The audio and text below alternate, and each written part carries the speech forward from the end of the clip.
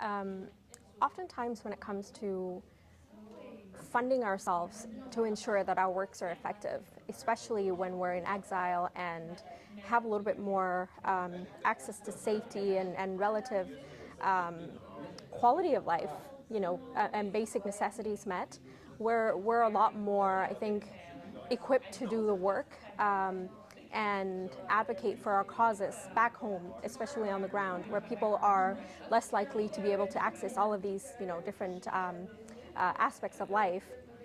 Oftentimes, when the communities are divided in this sense, where there are activists in exile and there are activists on the ground who are facing, significantly more risk and more restrictions, there is this tension or point of tension where seeking funding can become a divisive, factor. So what happened to the activists in exile is that they cannot actually operate without money because a lot of times in these different more safe countries, we'd have to find ways to actually fund ourselves through just working and not, focusing on the cause, or we'd have to basically do this as a full-time job, and it requires a lot more mental and physical, wherewithal before we could do, other things. So while we're occupied with this and trying to advocate and do a lot more of this work, there is an accusation almost from people on the ground, because it is almost seen as a zero-sum game where people on the ground thinks that,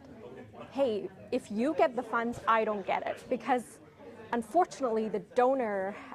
landscape is built that way, where funds are only limited to a certain number, to a certain amount, to one specific cause. It is not divided in a way that we will divide it into two different kind of groups or streamline in order to make sure that the funds go to the ground as a priority, but at the same time we ensure the work outside is also being done because it's effective, because it complements each other. It is not often seen in that way, and the donors, I think, need to do a lot of more, retrospective and reflexive work in order to ensure that